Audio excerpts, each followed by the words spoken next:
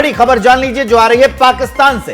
पाकिस्तान से है ये बड़ी खबर कि ऑयल इंडस्ट्री तबाह होने के कगार पर है। वहां तेल कंपनियों ने पाकिस्तान के ऊर्जा मंत्रालय को बाकायदा चिट्ठी लिखकर कहा है कि कभी भी कोलैप्स हो सकता है पाकिस्तान का तेल उद्योग।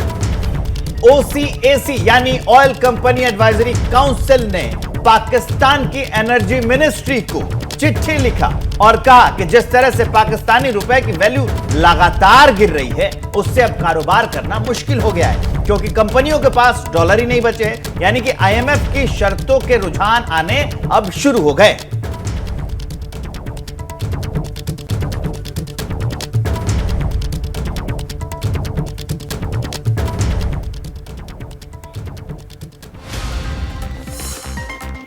देखिए, पाकिस्तान की इकोनॉमी आखिरी सांसें गिन रही है। ऑक्सीजन सिर्फ IMF दे सकता है, IMF यानी अंतर्राष्ट्रीय मुद्रा कोष।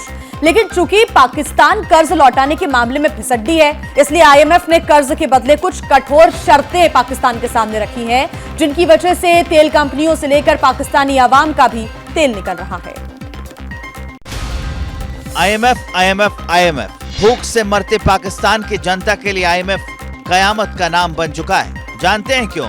क्योंकि IMF ने पाकिस्तान को तड़पा तड़पा कर मारने का औजार तैयार कर लिया है। IMF की शराइत इतनी सख्त है कि वज़ीर-ए-आज़म भी कह रहे हैं कि जनाब हमारे लिए बड़ा मुश्किल हो रहा है, कोई नरमी IMF की तरफ से नहीं दिखाई जा रही। पहले ही बड़ी कोशिशें करके देख लिया। अब ये कहा जा रहा है कि पेट्रोल 30 रुपये मजीद महंगा हो सकता है। अभी हाल ही में 250 रुपये तक पहुँच गया फी लीटर पेट्रोल, और अब 30 रुपये मजीद इजाफे की बात की जा रही है। 17% GST की बात की जा रही है, बल्कि IMF कह रहा है कि तमाम चीज़ों पर 18% GST हर चीज़ पर लगाया जाए। सिर्फ यही नहीं बल्कि जो टैक्स का टारगेट है IMF उसको भी बढ़ा रहा है। और इसके साथ साथ हम देख रहे हैं डॉलर बेकाबू हो चुका है और 274 रुपये 80 पैसे इंटरबैंक और ओपन मार्केट में 280 से भी आगे की कहानी है। डॉलर के मुकाबले पाकिस्तानी रुपया और 1 लीटर पेट्रोल की कीमत दोनों तेजी से ट्रिपल सेंचुरी की तरफ बढ़ रहे हैं। IMF के रिमोट से महंगाई का टाइम बम ऐसा फूटेगा कि पाकिस्तान घुटनों पर आ जाएगा।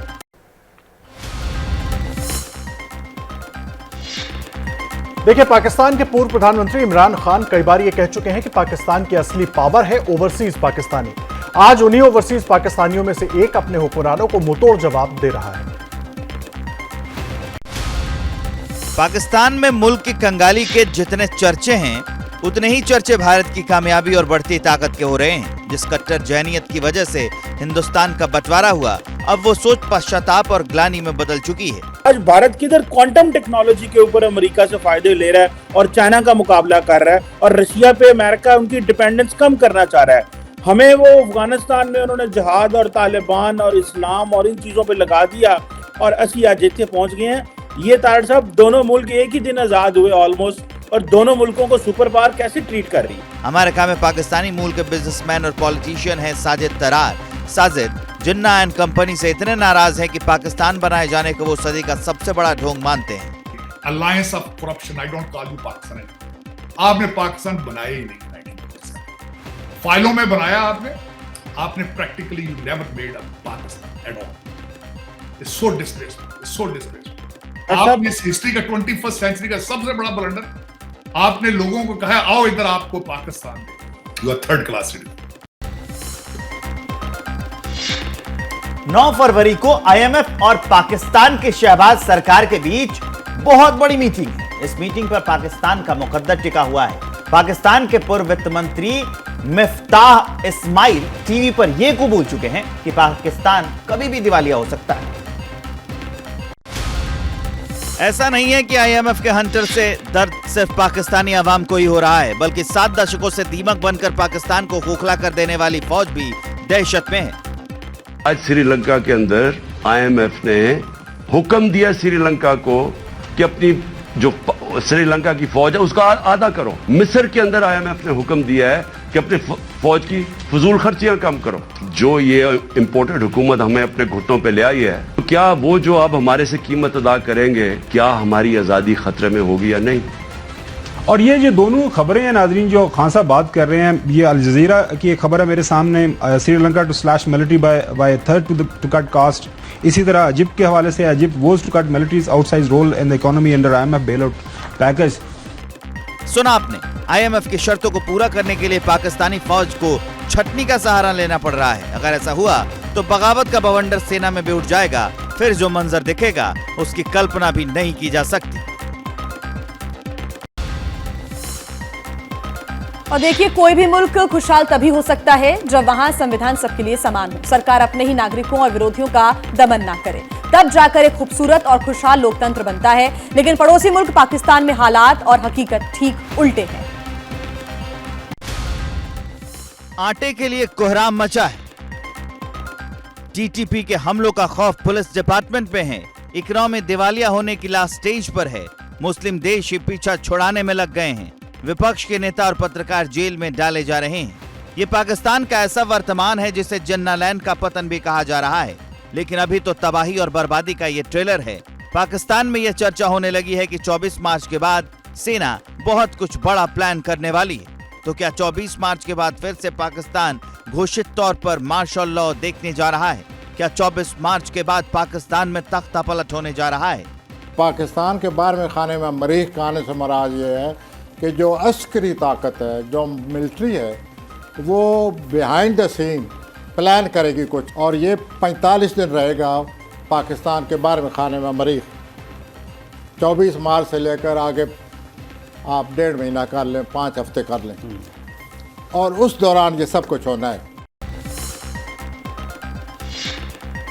और अब खबर अलीगढ़ से। देखिए, अलीगढ़ मुस्लिम यूनिवर्सिटी की बात कर लेते हैं, जहां एक बार फिर से माहौल बिगड़ गया है। बड़ी खबर उससे जुड़ी हुई आपको बता दें। एमयू में छात्रों के एक गुट ने कल जुमे की नमाज के बाद जमकर प्रदर्शन किया। इस प्रदर्शन में मजहबी नारे लगाए गए। नारेबाजी का वीडियो सोशल मीडिया पर वायरल हो चुका है। ये बड़ा अपडेट हम आपको दे रहे हैं। एमयू में एक बार फिर मजहबी नारे लगाए गए हैं। हाथों में पोस्टर और जुबान पर मजहबी नारे। अलीगढ़ मुस्लिम यूनिवर्सिटी में फिर से छात्रों का गुस्सा फूटा है। शुक्रवार को जुमे की नमाज के बाद कैंपस में छात्रों ने नारेबाजी की। ये लोग उस छात्र का निलंबन वापस चाहते हैं जिसने 26 जनवरी के दिन वाइस चांसलर के सामने अल्लाहू अकबर के नारे लगाए थे। ये वीडियो 26 जनवरी का है, जब गणतंत्र दिवस कार्यक्रम के दौरान एनसीसी कैडेट्स ने अचानक धार्मिक नारेबाजी शुरू कर दी। बाद में जांच कमेटी ने छात्र को सस्पेंड कर दिया था, लेकिन अब नारा लगाने वाले स्टूडेंट की बहाली के लिए प्रोटेस्ट शुरू हो गया है। 26 जनवरी को जो स्लोगन लगे थे और उस कॉन्टेक्स्ट में एक लड़के को सस्पेंड कर दिया गया था जिसका नाम वहीदुज्जमा है। लड़कों का ये कहना था कि ये सस्पेंशन ठीक नहीं है, क्योंकि कानून के हिसाब से कहीं भी ऐसा नहीं लगता है कि उसके खिलाफ कोई कार्रवाई बनती है। लिहाजा यूनिवर्सिटी एडमिनिस्ट्रेशन जिस एक्शन को लिया है उसको दोबारा से रिव्यू करे और उसका सस्पेंशन वापस करे जल्द से जल्द। अडानी संकट के बीच वित्त मंत्री निर्मला सीतारमण का बयान सामने आया है। वित्त मंत्री ने कहा है कि देश का वित्तीय बाजार अच्छे से रेगुलेट है। वित्त मंत्री ने विपक्ष के आरोपों पर कहा है कि एसबीआई और एलआईसी का अडानी समूह की कंपनियों में निवेश स्वीकृत सीमा के भीतर है। वित्त मंत्री के मुताबिक एसबीआई और एलआईसी अब भी मुनाफे में है।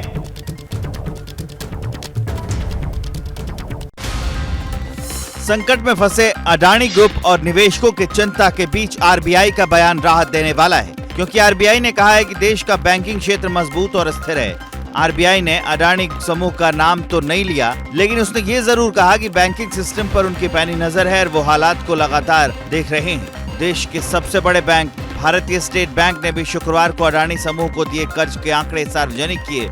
एसबीआई के मुताबिक उसने अडानी समूह को 27,000 करोड़ रुपए बतौर कर्ज दिए हैं, जो उसके कुल दिए गए लोन का सिर्फ 0.88% है। एसबीआई चेयरमैन दिनेश खारा ने बयान जारी कर कहा है, बैंक की ऐसी धारणा नहीं है कि अडानी समूह अपनी कर्ज देनदारियों को पूरा करने में किसी तरह की चुनौती का सामना कर रहा है। एसबीआई ने इस समूह को शेयरों के एवज में कोई कर्ज नहीं दिया है। अडानी समूह की परियोजनाओं को कर्ज देते समय भौतिक संपत्तियों एवं समुचित नकदी प्रवाह को ध्यान में रखा गया है।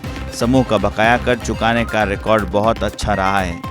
जम्मू कश्मीर बैंक में भी अपने बयान में कहा गया है कि अडानी समूह को दिए 250 करोड़ रुपए के कर्ज की किश्तें अडानी समूह वक्त पर चुका रहा है।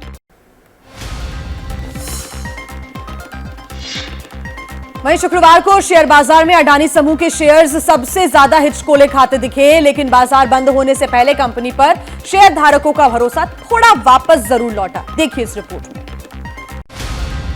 6 दिनों से लगातार गिरावट के बाद अडानी इंटरप्राइजेज और अडानी पोर्ट्स समेत समूह की 4 कंपनियों के शेयर शुक्रवार को तेजी के साथ बंद हुए। बॉम्बे स्टॉक एक्सचेंज पर अडानी इंटरप्राइज का शेयर 1.25% के साथ 1584.20 पर बंद हुआ। दिन के कारोबार में शेयर वैल्यू अपने 1 साल के सबसे निचले स्तर 1017 रुपए 10 पैसे तक गिर गया था। दिन में अडानी स्पोर्ट्स का शेयर वापसी करते हुए 7 रुपए 98 पैसे से बढ़कर 498 रुपए 85 पैसे पर बंद हुआ। ये अपने 1 साल के सबसे निचले स्तर 394 रुपए 95 पैसे तक पहुंच गया था। हालांकि अडानी ट्रांसमिशन और अडानी ग्रीन एनर्जी में 10% तक गिरावट दर्ज हुई। वहीं Adani power, Adani total gas 5% तक और लुढ़क गया। अडानी वेलमर के लिए भी दिन अच्छा नहीं रहा। वित्तीय रेटिंग्स एजेंसी मूडीज का अनुमान है कि निवेशकों के टूटते भरोसे की वजह से अडानी समूह को अभी और घाटा हो सकता है। वहीं रेटिंग एजेंसी फिच ने अडानी समूह की मजबूत स्थिति पर भरोसा जताया है। अमेरिकी वित्तीय संस्था हिंडनबर्ग की रिपोर्ट के बाद अडानी समूह को 1 हफ्ते के भीतर करीब 100 अरब डॉलर यानी करीब 8,20,000 करोड़ का नुकसान हो चुका है। देखिए, अडानी समूह के चेयरमैन गौतम अडानी पूरे मामले पर सफाई दे चुके हैं और वो कह रहे हैं कि कंपनी की बैलेंस शीट और आर्थिक सेहत मजबूत है। लेकिन हिंडनबर्ग रिपोर्ट को आधार बनाकर विरोधी दलों के नेता सरकार से तीखे सवाल कर रहे हैं। लगातार दूसरे दिन इस मुद्दे पर संसद में हंगामा जारी रहा। हिंडनबर्ग की रिपोर्ट विपक्ष के लिए सरकार के खिलाफ तुरुप केक के जैसा है, जिसे वो इस संसद सत्र में हावी रहने के लिए इस्तेमाल कर रही है। सदन में नारे लग रहे हैं, हंगामा हो रहा है, जिसकी वजह से दोनों सदनों को सोमवार तक के लिए स्थगित करना पड़ा। इस पूरे मामले पर कांग्रेस ने राहुल गांधी का 1 साल पुराना बयान जारी किया है। हिंदुस्तान के सब पोर्ट्स, हिंदुस्तान के सब airport, power, transmission, mining, green energy, gas distribution, edible oil, जो भी हिंदुस्तान में होता है उधर अडानी जी दिखाई देते हैं। मामले पर बढ़त बना चुकी कांग्रेस फ्रंट फुट पर खेल रही है तो बीजेपी सांसद सफाई देने की हद तक बने हुए हैं। बीजेपी सांसद सरोज पांडे ने ट्वीट किया, राजनीतिक दल से मतभेद और किसी उद्योगपति से मनभेद तक ठीक है, पर छोटे निवेशकों की बर्बादी का जश्न मनाना या LIC जैसी संस्था पर भ्रम फैलाकर उसकी बर्बादी की कामना करना कौन सी राजनीति है। सियासी जंग अभी चढ़ना शुरू हुआ है। मानकर चलिए कि विवाद अभी लंबा खींचेगा। और एक बड़ी खबर आ रही है, वो भी जान लीजिए। अमेरिका में एक स्पाई बलून मिला है, जिसकी वजह से अमेरिका और चाइना के बीच में तल्खी बढ़ गई है।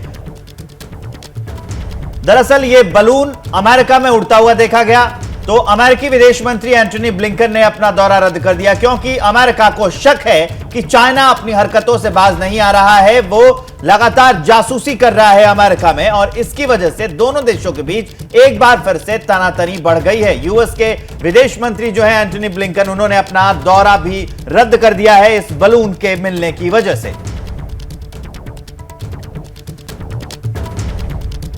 बागेश्वर वाले बाबा को अब तक बीजेपी नेता डिफेंड कर रहे थे, लेकिन बीजेपी के एक पूर्व विधायक ने बाबा के खिलाफ भी मोर्चा खोल दिया है और चैलेंज दे डाला है। उसी पर रिपोर्ट। तो मैं तो भूत बन गया हूं। मैं शास्त्री जी से कहता हूं कि अगर भूत उतारते हो तो RD का उतार दो ना। अगर तेरी मां ने दूध पिलाया है तो मेरा भूत उतारो। इन माननीय का नाम है RD प्रजापति। भूतपूर्व बीजेपी विधायक हैं। दिल्ली आए थे ओबीसी महासभा के कार्यक्रम में हिस्सा लेने, लेकिन मंच संभालते ही बाबा को मां के दूध का चैलेंज दे दिया। तो मैं तो भूत बन गया हूं। मैं शास्त्री जी से कहता हूं कि अगर भूत उतारते हो तो RD का उतार दो ना। अगर तेरी मां ने दूध पिलाया है तो मेरा भूत उतारो।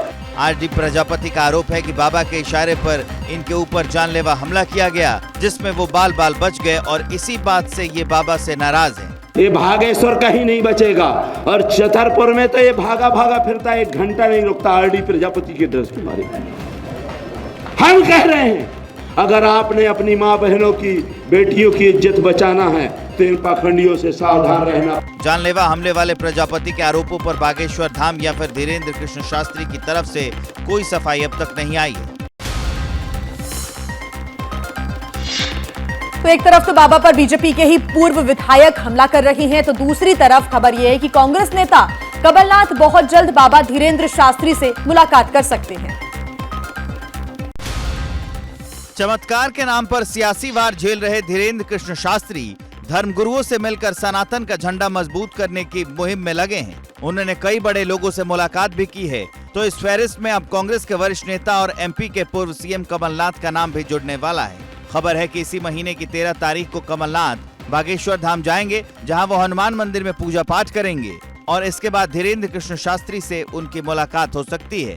अब तक इस मुलाकात को लेकर कोई स्पष्ट जानकारी नहीं आई है, क्योंकि धीरेन्द्र शास्त्री फिलहाल प्रयागराज में है। पिछले दिनों भी कमलनाथ से जब धीरेन्द्र शास्त्री को लेकर सवाल किया गया था, तो उन्होंने कहा था कि वो खुद भी धीरेन्द्र शास्त्री से मुलाकात के लिए जाने वाले थे, लेकिन समय मेल न खाने की वजह से दोनों की मुलाकात नहीं हो सकी थी।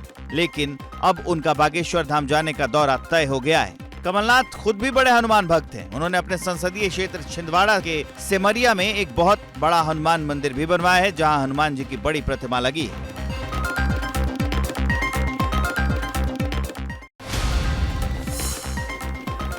तो न्यूज एंड व्यूज में आगे बढ़ते हैं और अब आपको रूस और यूक्रेन युद्ध से जुड़े तमाम अपडेट दे देते हैं। कैसे जमीनी लड़ाई में यूक्रेन अब भारी पड़ा है, तो आसमान से रूस ने बरसाई मौत की मिसाइल, आपको दिखाते हैं इस रिपोर्ट के जरिए।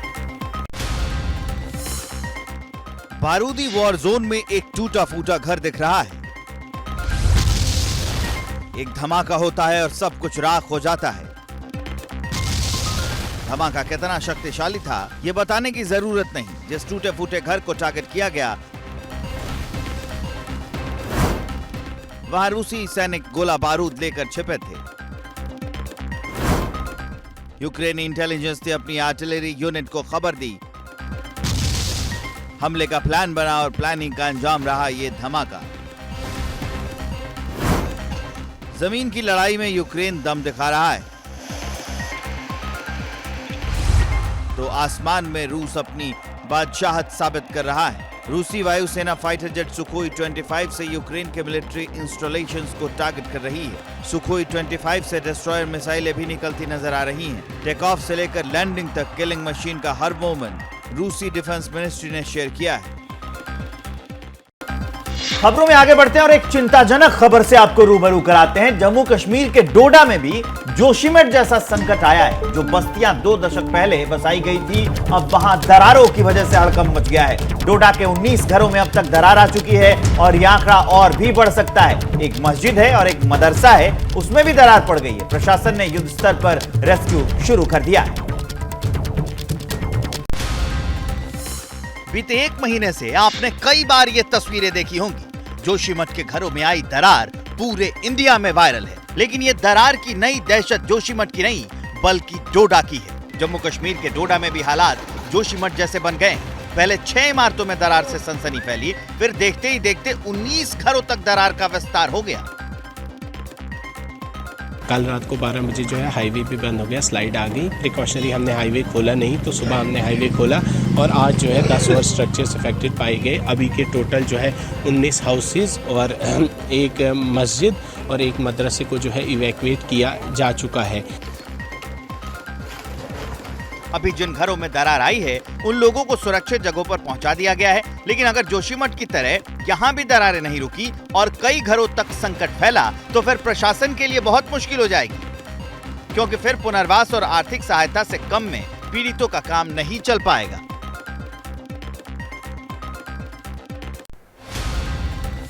और न्यूज एंड व्यूज में अब आपको दिखाते हैं कैमरे में कैद लाइव मौत का एक वीडियो। कोटा में एक स्टूडेंट 6वीं मंजिल से नीचे गिर गया, हादसे में उसकी मौत हो गई। फ्लैट की बालकनी में 4 स्टूडेंट आपस में खेल मजाक कर रहे हैं।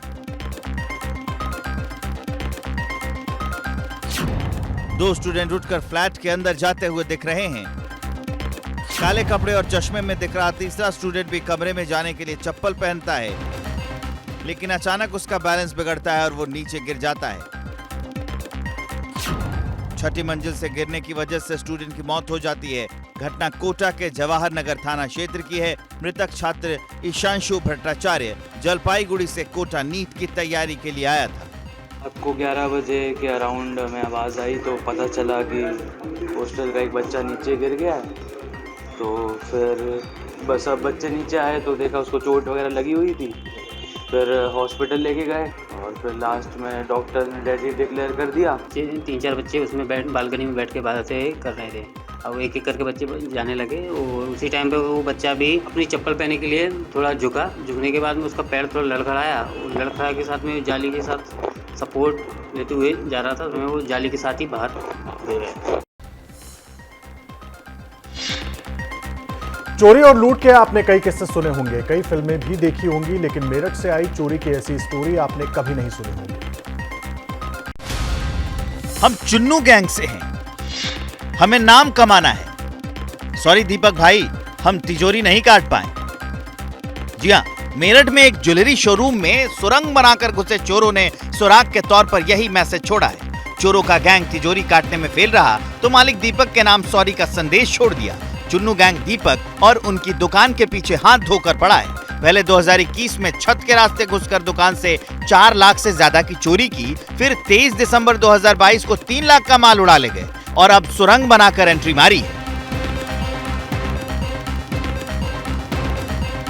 चोरों ने शोरूम में रखी भगवान कृष्ण की मूर्ति का मुंह घुमा दिया, चांदी की बांसुरी को भी हाथ नहीं लगाया। लोग मजे लेकर कह रहे हैं कि चुन्नू गैंग भगवान के सामने चोरी नहीं करता। मेरठ के परतापुर में सुरंग बनाकर जेवर चुराने की यह घटना वायरल हो चुकी है। दीपक को भी समझ में नहीं आ रहा कि चुन्नू गैंग बार बार उन्हें ही क्यों टारगेट कर रहा है।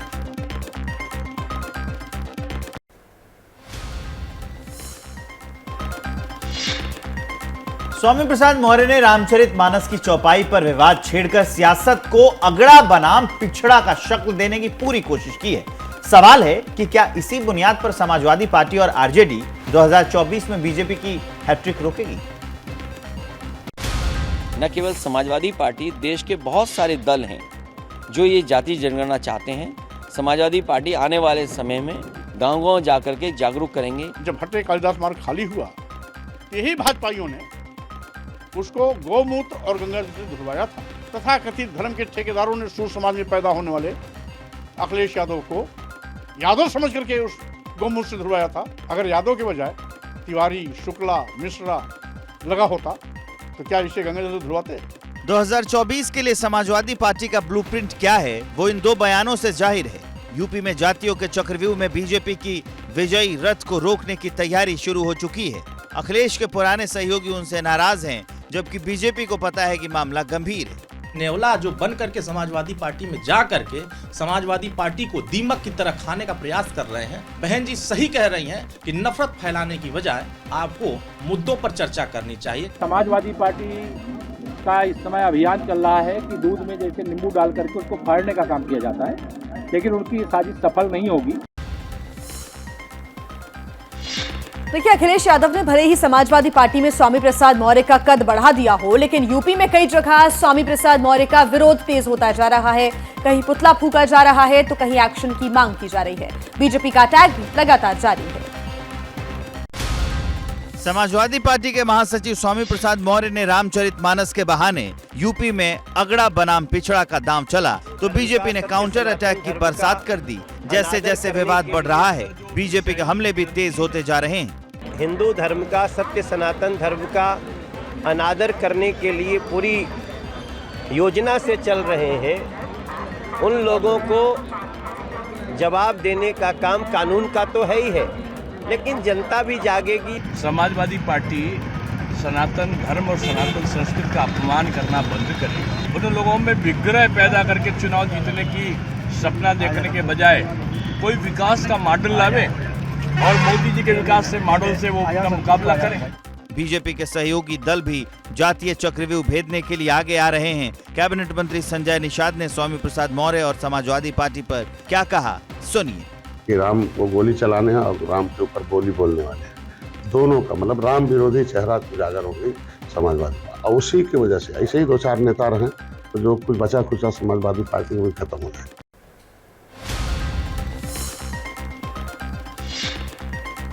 देखिए, बीजेपी के बाद यूपी में एसपी और बीएसपी ही 2 बड़ी प्रभावी राजनीतिक शक्तियां हैं। 2019 के चुनाव में एसपी और बीएसपी का साझा एक्सपेरिमेंट मोदी मैजिक के आगे बुरी तरह फेल हो गया था। अब पिछड़े और दलित वोट बैंक पर कब्जे की लड़ाई में दोनों पार्टियों के अध्यक्षों ने मोर्चा संभाल दिया है।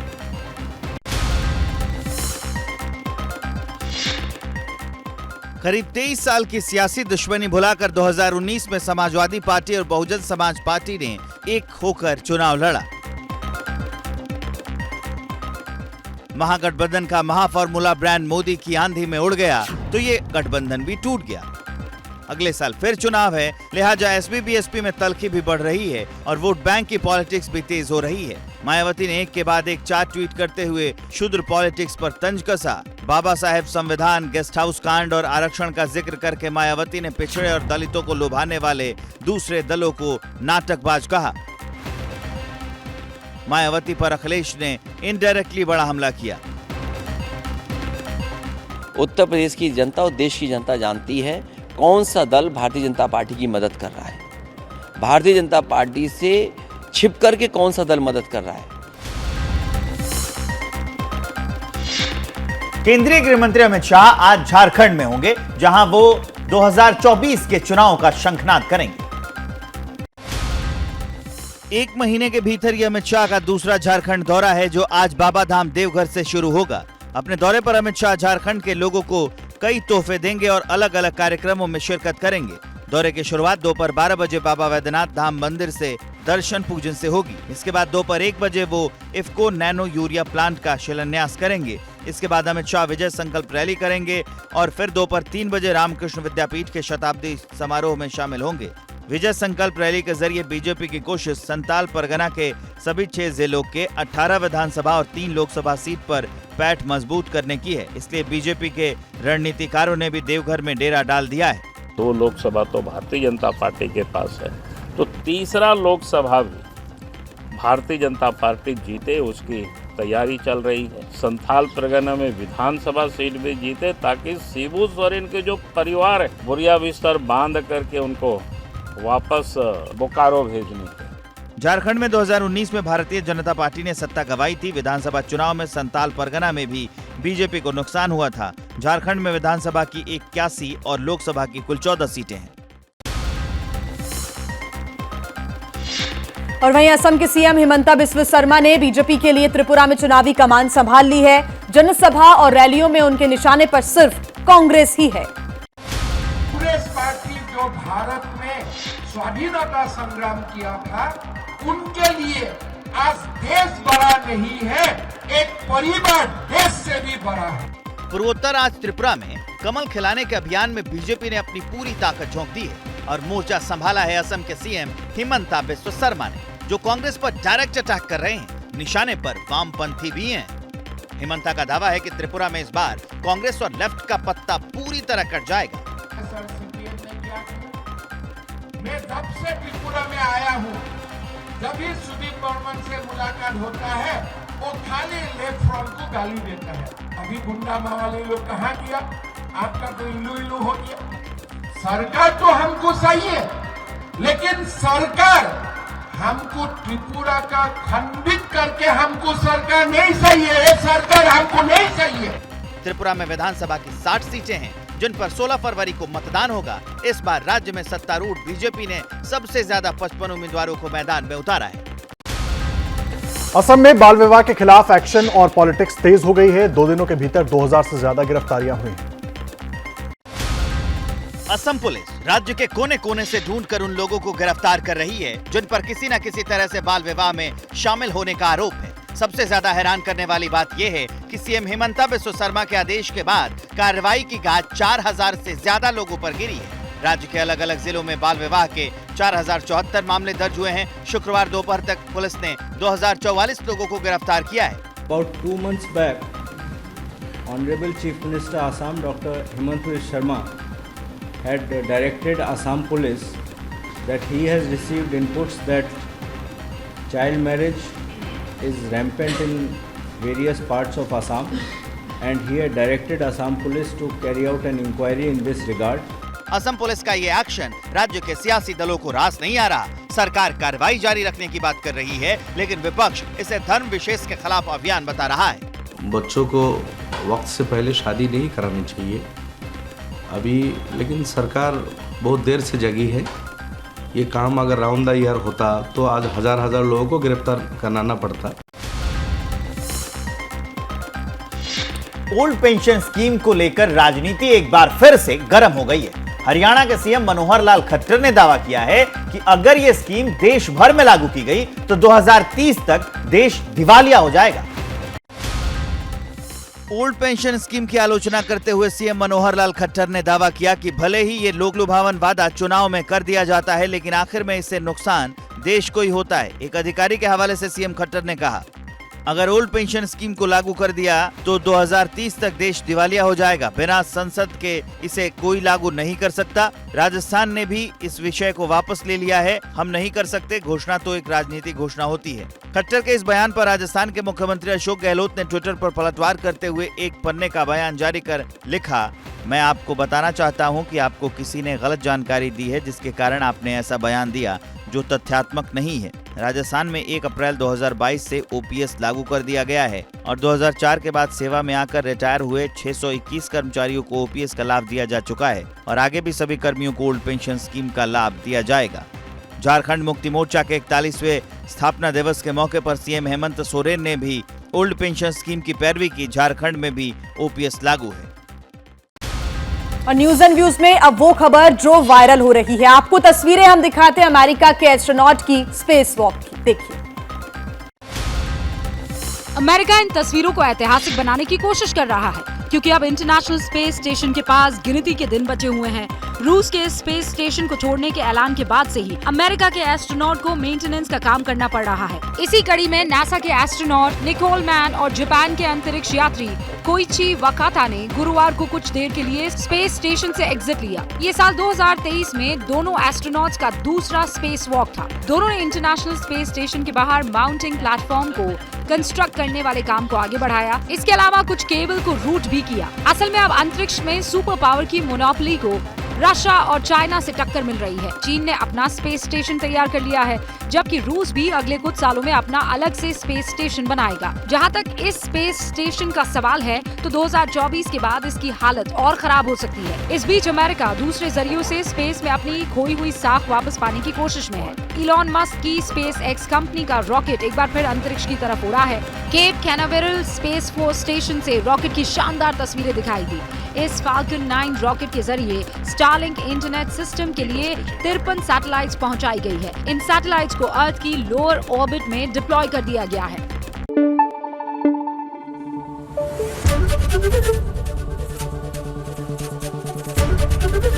एबीपी न्यूज आपको रखे आगे।